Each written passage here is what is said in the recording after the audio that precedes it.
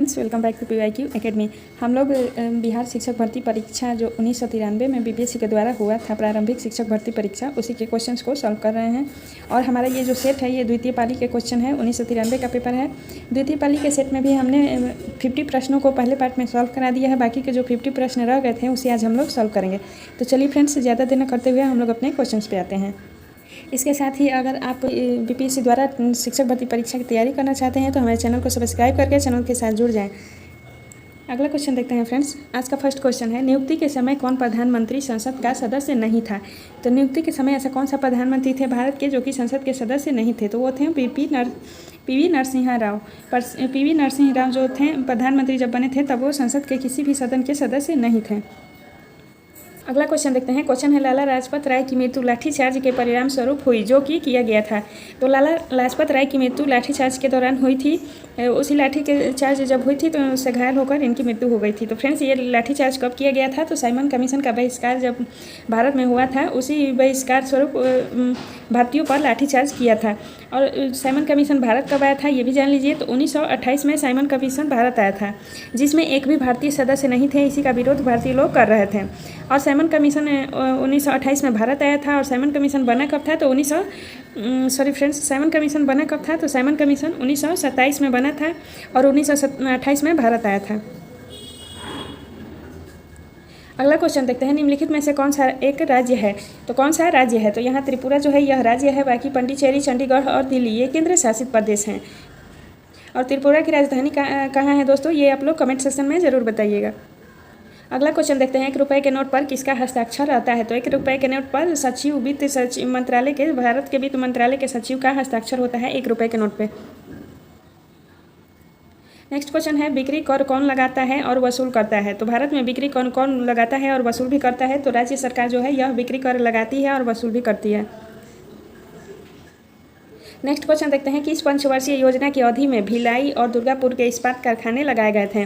तो कौन सी पंचवर्षीय योजना थी जिसमें भिलाई और दुर्गापुर के इस्पात कारखाने लगाए गए थे, यानी कि इनकी स्थापना की गई थी। तो वह द्वितीय पंचवर्षीय योजना के दौरान की गई। अगला क्वेश्चन देखते हैं, भारत में किस उद्योग में सबसे अधिक कामगार कार्यरत हैं। तो वस्त्र उद्योग जो है इसमें सब कामगार कार्यरत है। भारत में वस्त्र उद्योग ऐसा उद्योग है जिसमें सबसे अधिक कामगार कार्यरत हैं। अगला क्वेश्चन देखते हैं, किसने कहा था कि अर्थशास्त्र भौतिक कल्याण का विज्ञान है।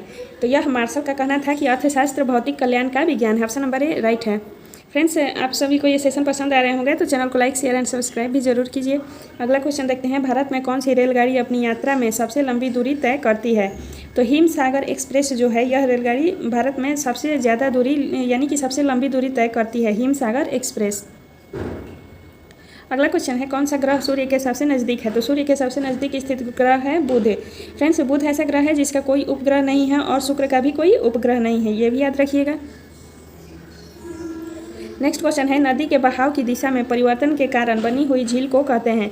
तो नदी के बहाव की दिशा में परिवर्तन के कारण, नदी का जब बहाव अपना दिशा परिवर्तन करता है तो उसके कारण बनी हुई झील को क्या कहते हैं। तो उसे गोखुर झील के नाम से जानते हैं, गोखुर झील कहलाता है। अगला क्वेश्चन है, केसर का सबसे अधिक उत्पादन किस राज्य में होता है। तो केसर का सबसे अधिक उत्पादन होता है जम्मू कश्मीर राज्य में, याद रखिएगा। केसर का सर्वाधिक उत्पादन जम्मू कश्मीर में होता है। अगला क्वेश्चन है, तुंगभद्रा नदी परियोजना किस राज्य में स्थित है। तो तुंगभद्रा नदी परियोजना जो है यह आंध्र प्रदेश में स्थित है। नेक्स्ट क्वेश्चन है, डीजल लोकोमोटिव कारखाना कहाँ पर स्थित है। तो डीजल लोकोमोटिव कारखाना जो है यह बनारसी में स्थापित है। बनारसी में डीजल लोकोमोटिव कारखाना स्थित है। अगला क्वेश्चन है, किस देश में टीन का सबसे अधिक उत्पादन होता है। तो टीन का सबसे अधिक उत्पादन किस देश में होता है। तो यह मलेशिया में होता है। ऑप्शन नंबर सी राइट है। मलेशिया में टीन का सबसे ज़्यादा उत्पादन होता है। अगला क्वेश्चन है, किस क्रिकेट खिलाड़ी ने टेस्ट में सर्वाधिक रन बनाए हैं। फ्रेंड्स, ये 1993 का क्वेश्चन है तो उसके अकॉर्डिंग एलन बॉर्डर होंगे। एलन बॉर्डर ने उस टाइम क्रिकेट में सबसे अधिक टेस्ट में सर्वाधिक रन बनाए थे। नेक्स्ट क्वेश्चन है, सर्वप्रथम किस फिल्म अभिनेता को राज्यसभा का सदस्य मनोनीत किया गया था। तो वह कौन से फिल्म अभिनेता है जिन्हें सर्वप्रथम राज्यसभा का सदस्य मनोनीत किया गया था। तो दिलीप कुमार को सर्वप्रथम राज्यसभा का सदस्य मनोनीत किया गया था, याद रखिएगा।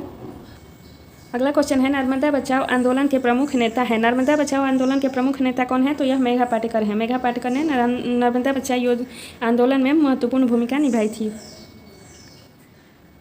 नेक्स्ट क्वेश्चन देखते हैं, प्रतिभूति घोटाले की जांच कर रही संयुक्त संसदीय समिति का कौन एक सदस्य भारत का नियंत्रक एवं महालेखा परीक्षक रह चुका है? तो ये 1993 का क्वेश्चन है। उसके अकॉर्डिंग त्रिलोकीनाथ चतुर्वेदी भारत के नियंत्रक और महालेखा परीक्षक रह चुके हैं। अगला क्वेश्चन देखते हैं, 7 सदस्यीय जनता दल अजित के संसद सदस्यों के गुट का नेता कौन था जो कि 1993 में कांग्रेस के में शामिल हो गया? तो वह राम लखन सिंह यादव थे। अगला क्वेश्चन देखते हैं, बम्बई का दूरसंचार कोड STD कोड क्या है? तो बम्बई का दूरसंचार कोड जो है यह 022 है। 022 बम्बई का दूरसंचार कोड है। अगला क्वेश्चन है, उड़ीसा की राजधानी कहाँ है? तो उड़ीसा की राजधानी कहाँ है? तो यह भुवनेश्वर में स्थित है। उड़ीसा की राजधानी भुवनेश्वर में है। और अगरतला कहाँ की राजधानी है? तो यह त्रिपुरा की राजधानी है। भोपाल कहाँ की है? तो यह मध्य प्रदेश की राजधानी है।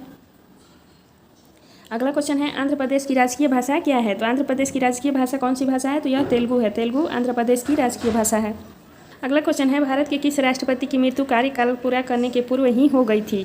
तो वह जाकिर हुसैन है। भारत के राष्ट्रपति जाकिर हुसैन की मृत्यु इनके कार्यकाल पूरा करने से पूर्व ही हो गई थी, जब यह राष्ट्रपति के पद पर भारत में कार्यरत थे। नेक्स्ट क्वेश्चन देखते हैं, किस प्रधानमंत्री ने एक बार पद से हटने के पश्चात दोबारा पद संभाला था? तो वह इंदिरा गांधी है। इंदिरा गांधी ने एक बार प्रधानमंत्री पद से हटने के बाद दोबारा फिर से अपना पद संभाला था। नेक्स्ट क्वेश्चन है, संयुक्त राष्ट्र शिक्षा विज्ञान संस्कृति संगठन यूनेस्को का मुख्यालय कहाँ पर स्थित है? फ्रेंड्स, यहाँ पे थोड़ा फ्रेश नहीं आया है तो हम पढ़ लेते हैं, इसे ही आप लोग समझ लीजिएगा। क्वेश्चन है, संयुक्त राष्ट्र शिक्षा विज्ञान संस्कृति संगठन यूनेस्को का मुख्यालय कहाँ पर स्थित है? तो यूनेस्को का जो मुख्यालय है यह पेरिस में स्थित है। अगला क्वेश्चन है, जापान के राष्ट्रीय विधानमंडल को क्या कहते हैं? तो जापान के राष्ट्रीय विधानमंडल को हम लोग डायट कहते हैं। डायट जापान का राष्ट्रीय विधानमंडल है। और कांग्रेस कहाँ का है? तो कांग्रेस अमेरिका का संसद को कहते हैं और पार्लियामेंट ब्रिटेन की संसद को कहते हैं। ये भी याद रखिएगा दोस्तों। अगला क्वेश्चन है, भारत में राज्यों की कुल संख्या कितनी है? तो भारत में राज्यों की कुल संख्या, ये 1993 का क्वेश्चन है। उस टाइम 25 था, परंतु वर्तमान समय में भारत में राज्यों की संख्या 28 है। ये भी याद रखिएगा। भारत में वर्तमान समय में राज्य कितने हैं? तो 28 है। अगला क्वेश्चन देखते हैं, सार्वजनिक क्षेत्र का प्रतिष्ठान स्कूटर इंडिया लिमिटेड कहाँ पर स्थित है? तो सार्वजनिक क्षेत्र का प्रतिष्ठान है scooter India limited. Scooter India limited कहाँ पर स्थित है? तो यह लखनऊ में स्थित है। अगला क्वेश्चन देखते हैं, संयुक्त राज्य अमेरिका की राजधानी कहाँ है? तो संयुक्त राज्य अमेरिका की राजधानी कहाँ है? तो यह वाशिंगटन DC में स्थित है। संयुक्त राज्य अमेरिका की राजधानी वाशिंगटन DC है। नेक्स्ट क्वेश्चन है, यूरोप को संयुक्त राज्य अमेरिका से कौन सा सागर या महासागर अलग करता है? तो यूरोप को संयुक्त राज्य अमेरिका से अटलांटिक महासागर अलग करता है। अटलांटिक महासागर जो है यह यूरोप को संयुक्त राज्य अमेरिका से अलग करता है। याद रखिएगा, बहुत इंपॉर्टेंट क्वेश्चन है ये। नेक्स्ट क्वेश्चन है, कानपुर किसके लिए प्रसिद्ध है? तो कानपुर जो है यह चमड़ा उद्योग के लिए प्रसिद्ध है। अगला क्वेश्चन है, कोसी परियोजना से किन 2 राज्यों को लाभ होता है? तो कोसी परियोजना से बिहार और नेपाल, इन 2 राज्यों को लाभ होता है। कोसी बिहार और नेपाल के मध्य में स्थित नदी है, तो कोसी से बिहार और नेपाल इन दोनों राज्यों को ही लाभ होता है। और कोसी को बिहार का शोक कहा जाता है, ये भी याद रखिएगा दोस्तों। अगला क्वेश्चन है, नागार्जुन सागर जिस नदी पर स्थित है वह है? तो नागार्जुन सागर बांध किस नदी पर स्थित है? तो यह कृष्णा नदी पर स्थित है। और सतलज नदी पर कौन सा बांध स्थित है? तो भाखड़ा नागर बांध सतलज नदी पर स्थित है, ये भी याद रखिएगा। नेक्स्ट क्वेश्चन है, किस हवाई अड्डे को इंदिरा गांधी अंतर्राष्ट्रीय हवाई अड्डा कहा जाता है? तो दिल्ली हवाई अड्डे को इंदिरा गांधी अंतर्राष्ट्रीय हवाई अड्डा के नाम से जानते हैं। दिल्ली हवाई अड्डे को इंदिरा गांधी अंतर्राष्ट्रीय हवाई अड्डा के नाम से जाना जाता है।